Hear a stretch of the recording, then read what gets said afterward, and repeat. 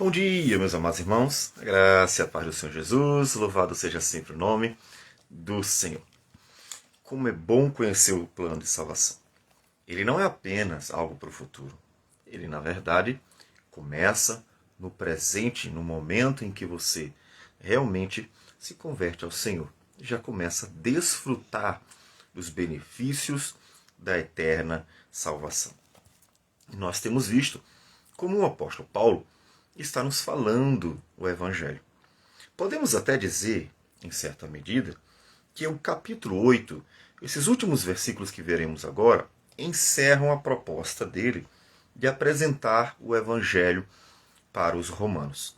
A partir do capítulo 9, ele vai responder uma questão séria, importante, que os gentios estão perguntando. Mas o que foi que aconteceu com os judeus?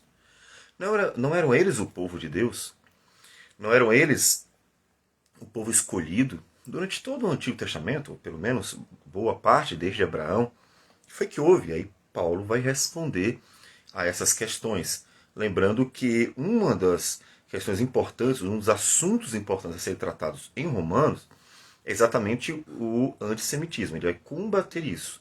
Ou seja, como o Império Romano começou a olhar mal para os judeus, até expulsou de Roma, Paulo precisa esclarecer, calma aí, os judeus não são inimigos a ponto de serem tratados com um olhar de repúdio, né? Tenham calma. Vamos olhar direitinho a história, vamos ver direitinho o que Deus fez e o que ainda há de fazer em relação a eles. Então, a partir do capítulo 9, ele vai voltar os seus olhos para essa questão. O que há de ser, o que houve e o que há de ser com os judeus. Mas, vamos ver então a conclusão do que nós podemos chamar da sequência de exposições ou de explicações do apóstolo Paulo sobre o Evangelho, que, como disse, praticamente termina aqui. Capítulo 8, versículos 31 a 39. Você vê o caráter da conclusão fantástica, né? Ele começa dizendo: que diremos, pois, à vista destas coisas? Ou seja, diante de tudo o que foi dito, a obra de Cristo, o amor de Deus manifesto na cruz do Calvário, a obra do Espírito Santo, que manifesta que somos filhos de Deus, diante de toda essa obra magnífica que é o Evangelho, que Deus realizou em nós, por nós, o Espírito Santo operando em nós, Jesus que entregou sua vida por nós, diante de todo o conhecimento do Evangelho, o que a gente pode afirmar? E é então que ele diz: se Deus é por nós, quem será contra nós? E nós devemos lembrar, inclusive, que a igreja já estava sendo perseguida nesse período, né? A perseguição começou muito cedo, primeiro por parte dos judeus, razão, inclusive, para que depois os gentios comecem já um olhar, né, atravessado para os judeus, porque foram os judeus que começaram a perseguição sobre os cristãos. Inclusive, Paulo sofria e continuou até o fim da sua vida sofrendo essa perseguição porque os judaizantes, entre outros judeus, estavam sempre incomodando, né? Tanto que Paulo foi até o tribunal de César para tratar sobre esse assunto. Mais uma razão para Paulo, na carta aos Romanos, mostrar que apesar da perseguição, o cristão não deveria ser antissemita. O cristão não deveria olhar dessa forma, porque teria implicações, como nós já falamos várias vezes. Então, se Deus é por nós, quem será contra nós? Apesar da perseguição, apesar da luta, apesar de tudo, quem é que pode fazer alguma coisa? Observe o plano de Deus e observe quem é Deus, né? Uma das mensagens muito bem presentes no Antigo Testamento. Agindo Deus, quem impedirá? Ou seja, quem pode fazer alguma coisa quando o próprio Criador dos céus nos ama? Então, olhe para o plano de salvação e você já terá conforto. Observe que essa conclusão do 31 ao 39 mostra que o plano de salvação em si, ele é um conforto para o que crê. Por quê? É a convicção de que o Deus Criador, que tem tudo sob controle, também nos ama. Mereço? Não. Mas Ele nos ama. Então, esse é o conforto. O mundo sempre vai percorrer caminhos tortuosos por causa do pecado, até que Jesus volte. Mas isso não significa que Deus não esteja no controle. Significa que Deus tem um plano, e muito desse plano é deixar o homem fazer a sua vontade, e depois ele não terá como estar tentando se justificar na presença do Senhor. Vocês pecaram porque quiseram, fizeram mal porque quiseram. Então, nós devemos confiar que aquele que nos criou também é aquele que nos salvou. E ele, de fato, ama o seu povo. Aquele que não poupou o seu próprio filho, antes por todos nós o entregou, porventura não nos dará graciosamente com ele todas as coisas? Essa pergunta do apóstolo Paulo, podemos chamar de uma pergunta retórica, no versículo 32, ela é a pergunta central. Porque se você observar a profundidade da questão, ele leva qualquer um a ficar constrangido diante da ansiedade. Olha o que ele está dizendo. Deus, Santíssimo, o Criador de tudo, o Todo-Poderoso, glorioso, Ele que nos criou, o homem se rebelou, mesmo assim, ele decidiu salvar um povo e manifestou seu amor, sua justiça, sua santidade, entregando o seu filho na cruz do Calvário. Ele não poupou derramar toda a sua ira sobre seu filho, toda a condenação sobre seu filho, em nosso lugar. Então, diante de tudo isso que nós vimos na exposição do Evangelho nos capítulos anteriores, tudo isso ele diz, olha, observem bem o tamanho da obra. Observem Deus, o que Deus fez, tudo o que Deus fez. Observaram? Então, pensem, porventura ele vai nos abandonar? Vai nos entregar ao inimigo assim? Vai deixar que esses homens maus, os poderosos desse mundo que acham que são alguma coisa, vocês acham que ele simplesmente vai recusar nos abençoar, cuidar de nós e nos dar graciosamente a vida eterna? Então, diante do amor presente, ele nos leva, nos constrange a uma reflexão. Minha gente, vocês estão em dúvida quanto ao que Deus realmente ele há de fazer por nós? Estão em dúvida em relação a alguma coisa? Não tem como. É uma pergunta retórica porque só há uma resposta. A resposta ela é óbvia. É claro que Deus não vai negar a eternidade, as suas bênçãos. Ele não negou nem seu filho. Isso é um conforto. E aí vem então as questões posteriores, que podemos dizer que em certa forma, ou talvez até tenha sido a razão, uma relação com o fato de Paulo estar sendo acusado. Paulo está sendo acusado pelos judeus. Ele escreve uma carta aos romanos para, inclusive, preparar para esse futuro julgamento, nós podemos dizer. Porque os judeus estão dizendo coisas que não são verdadeiras e o apóstolo Paulo vai se defender lá em Roma. A igreja precisa saber a verdade sobre o que ele expõe. E os romanos é exatamente a sua defesa. Podemos dizer que o evangelho exposto na carta aos romanos é a defesa do apóstolo Paulo, que encontrará na própria igreja as testemunhas, né? Contra os judeus, contra os judaizantes. Então, quando ele diz, quem tentará acusação contra os eleitos de Deus, ele está dizendo assim, olha, apesar de tudo que estão dizendo, o que importa? O próprio Deus é quem o justifica. Ou seja, ninguém pode condenar o cristão porque é o próprio Deus que o justifica. E isso nos lembra, em Zacarias capítulo 3, quando aparece na visão que Deus dá a Zacarias um tribunal. E nesse tribunal nós encontramos a figura do advogado de acusação, que é Satanás, como eu já disse algumas vezes, é exatamente o significado de Satã, né? Acusador. Aparece a ideia do advogado de defesa, que é o anjo do Senhor, né? Que nos parece ser uma cristofania, ou seja, uma manifestação do próprio Cristo. Ele é o anjo de defesa. E aparece o juiz, claro, né? Deus é o juiz em todo esse tribunal. E o réu, quem é o réu? Aqui na visão é Josué, que é o sumo sacerdote daquele momento. Ou seja, é o homem que representa todo o povo naquele momento. E ele está sujo. Satanás está acusando. Mas o anjo do Senhor defende e repreende. E o Senhor providencia a salvação. E no final de tudo, versículo 9 ele diz: porque eis aqui a pedra que pus diante de Josué. Sobre esta pedra única estão 7 olhos. Eis que eu lavrarei a sua escultura, diz o Senhor dos Exércitos, e tirarei a iniquidade desta terra num só dia. Não pode ser outro senão Cristo, que tirou de fato a iniquidade em um só dia. Então, quem é que os condenará? É claro que isso não é uma razão para a pilantragem que a gente tem visto em nossos dias, né, no meio cristão. Não. Por que o cristão ele busca fazer a vontade de Deus, busca aquilo que é bom? Porque isso glorifica a Deus. Então, o que nós vemos não justifica por causa dessa promessa. Né?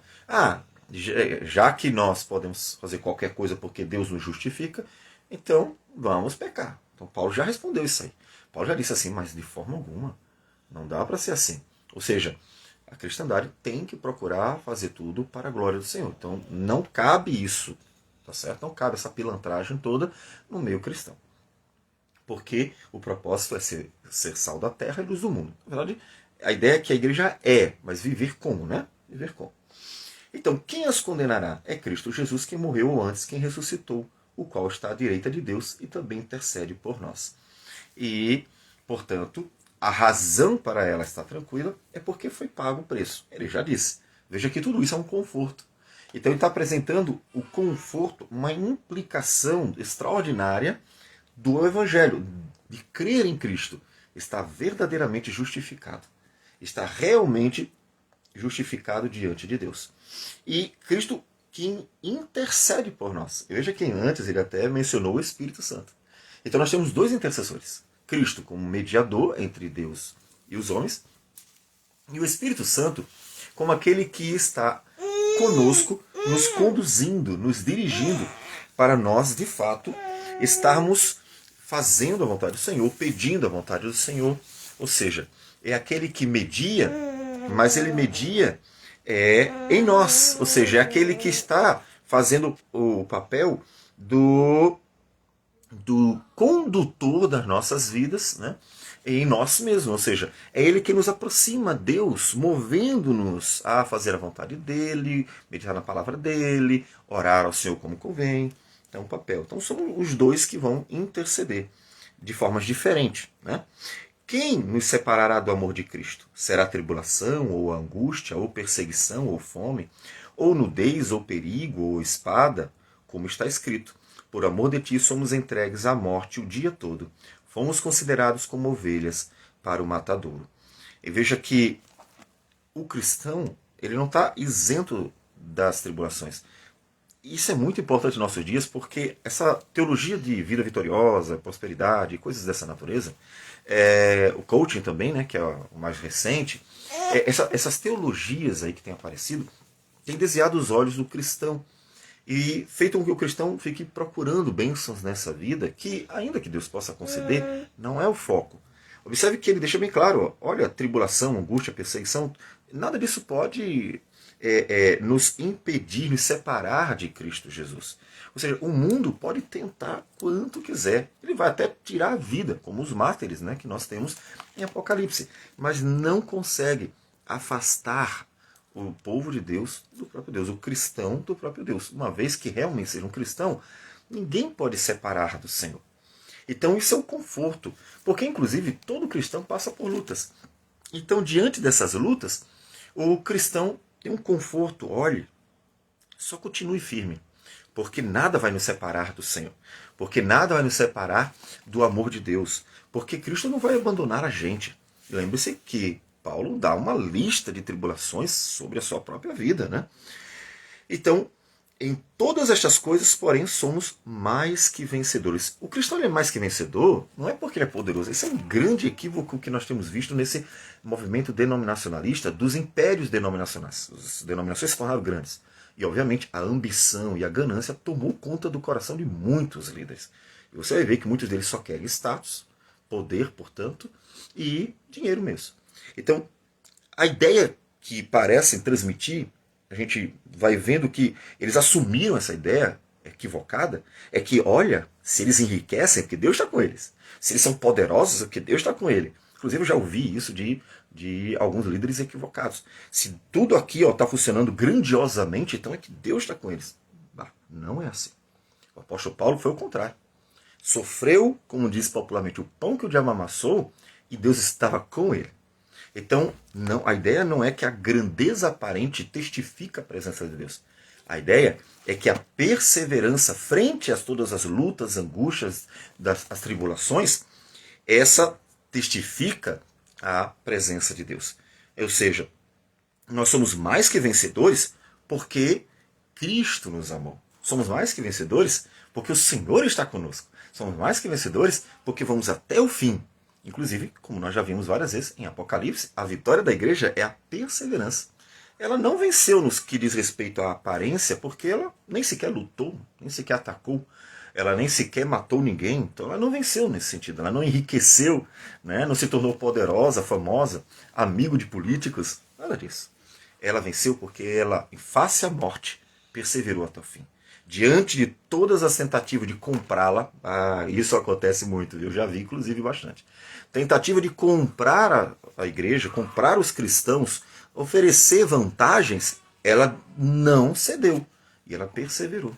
Perseverou em ser fiel. E essa é a vitória da igreja. Né? Então, nossa vitória é Cristo. Ele é a vitória da igreja. E termina dizendo, porque eu estou bem certo de que nem a morte, nem a vida, nem os anjos, nem os principados, nem as coisas do presente, nem do porvir, nem os poderes, nem a altura, nem a profundidade, nem qualquer outra criatura poderá separar-nos do amor de Deus que está em Cristo Jesus, nosso Senhor. Isso mostra que a convicção dele está no agir de Deus e não no próprio. Isso é importante. Ou seja, ele sabe que Deus é poderoso para guardar o seu povo. Ele sabe que Deus é poderoso para sustentar, fazer perseverar até o fim o povo do Senhor. Então ele não está atribuindo a confiança a si mesmo. Eu sei que eu sou vitorioso porque eu sou forte. Não. O apóstolo Paulo, inclusive, em 2 Coríntios 12, questão do espinho na carne, ele diz, quando eu sou fraco, aí é que eu sou forte. Para que na fraqueza dele, Deus manifestasse o seu poder. Então, ele está confiando em quê? No poder de Deus. Ele está confiando que apesar de tudo que possa vir, veja que ele dá uma listazinha para deixar bem claro, nada. Nem o imperador, nem qualquer pessoa perturbadora como os judaizantes que vinham perseguindo o apóstolo Paulo por todo o caminho, nem as situações, nada poderia separá-lo do amor de Deus. Por quê? Porque era o próprio Deus quem dava essa garantia. Ou seja, a certeza que nós temos da vitória, a certeza que nós temos de que iremos até o fim, vem do próprio Deus, não é de nós. Isso já é um conforto, não para relaxar, então deixa para lá qualquer coisa. Não, é a certeza que nós continuaremos lutando firmemente, porque o próprio Deus estará conosco para nos capacitar, para nos fazer perseverar, para irmos até o fim. Essa é a certeza que dá conforto ao apóstolo Paulo e deveria dar conforto a todo cristão. Portanto, você deve continuar firme no Senhor, perseverando no Senhor, andando com o Senhor. Por quê? Porque o Senhor é fiel e Ele continuará sendo fiel até o fim. Então vai até o fim, para que você possa glorificar a Deus, se alegrar no Senhor e glorificar a Deus na perseverança. Porque a vitória da igreja vem do próprio Senhor. É o Senhor quem sustenta o seu povo. Vamos orar ao Senhor. Senhor Deus amado, bendito o teu nome. Nós agradecemos por tudo. Agradecemos porque, a despeito de nossas fraquezas, o Senhor manifesta a tua força e teu poder. A despeito desse mundo mau que vem, Senhor Deus, perturbando, perseguindo e maltratando o teu povo durante todos esses 2000 anos. O Senhor sempre capacita-nos a lutar e vencer. E temos vencido os inimigos. Obrigado, Senhor Deus, porque o Senhor nos desperta para a necessidade de glorificarmos o teu nome com a vida, vivendo para ti e jamais nos entregando, Senhor Deus, às ofertas, Senhor Deus, deste mundo tentador. Portanto, obrigado por tudo, porque nós somos confortados pela ação do teu Espírito, pelas promessas do Senhor, pela certeza da eficácia e suficiência da obra de Cristo. Que o Senhor receba nossa oração, nossa gratidão e tudo em nome de Jesus. Amém, Senhor. Que Deus abençoe a todos e tenha um bom dia.